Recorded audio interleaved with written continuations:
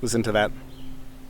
A friend has let me metal detect on a property that they own. The property is over 100 years old. There could be some good stuff out here, and I'm totally neurotic, so I never metal detect on someone's property without permission. But while I'm here, we're gonna get some sick drone footage because that's the St. Lawrence River behind us, and I can get some of the best dronies that you're ever gonna get. And this property from the sky has got to be even more beautiful than it is from the ground. So that's the video today. All right, GPS good. Start recording.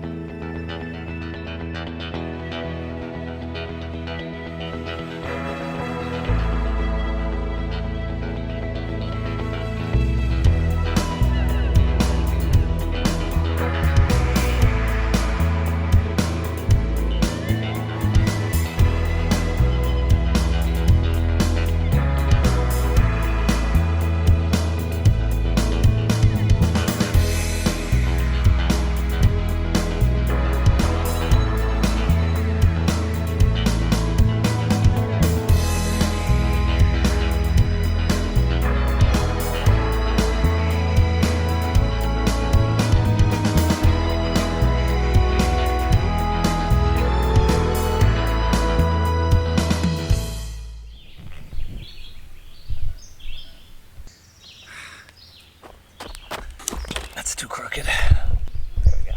Oh my gosh, the mosquitoes are bad. All right, because I'm an idiot, I've spent too much time flying the drone, and I forgot my shovel, so I have to use my fishing pliers to dig. The mosquitoes are biblically bad out here, so I don't think I'm gonna last too long, but let's go for broke.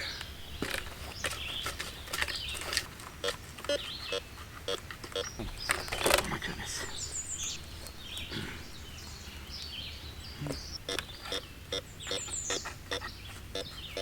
Oh my gosh. Oh my gosh, the mosquitoes are bad. Here it is. Check that out. A rusty nail. No. Oh gosh. Okay, we're out of here. Ow. Okay, by the way, here is a little known scientific fact that the bloomed dandelions are extremely flammable. My new Zippo lighter. Whatever. That's amazing. Make sure that they're burnt out. Seeds, go. Make babies. The mosquitoes are unbearable here. I'm gonna have to come back later in the season to do some better metal detecting. But I think we've gotten some amazing content here anyhow. Now, the 1 hour drive home.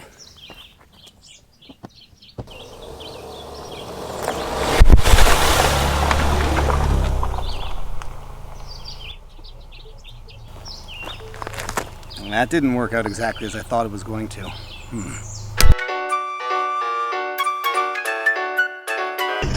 And really, he's like kind of like a one-hit wonder.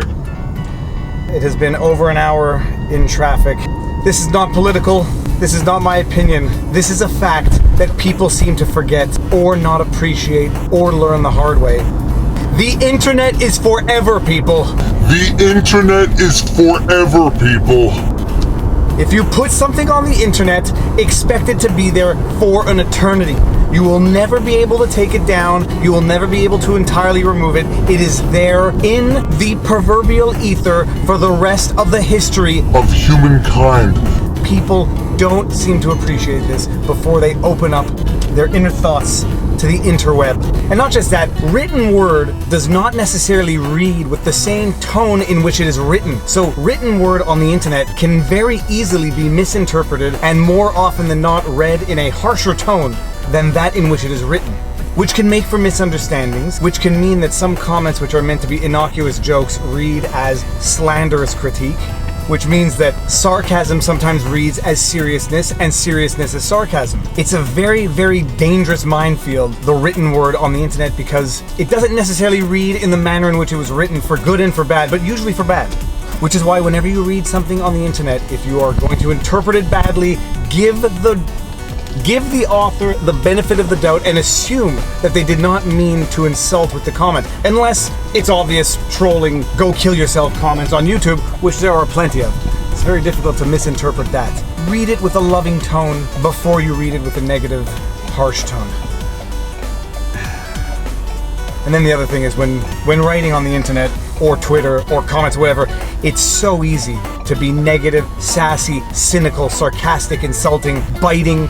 It's so easy because you can just do it and you don't have to see the person's reaction. You don't have to worry about getting slapped. Anonymity plus freedom of speech equals ugh.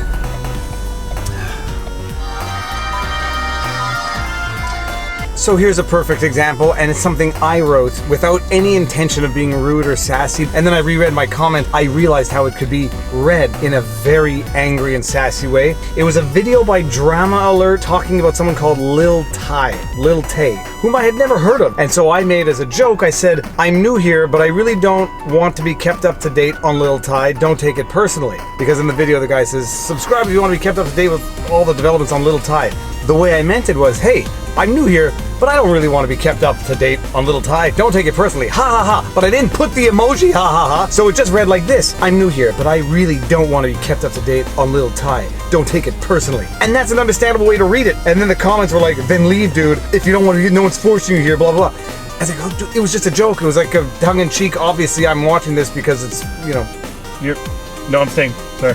But I could see how it totally could be misread or read in a very sassy and angry tone. So then I wrote, edit. I should have added the emoji because this was only intended to be a tongue-in-cheek joke about how little I care about the subject, except to the degree that I think she's actually being abused by her brother and parents, which I do.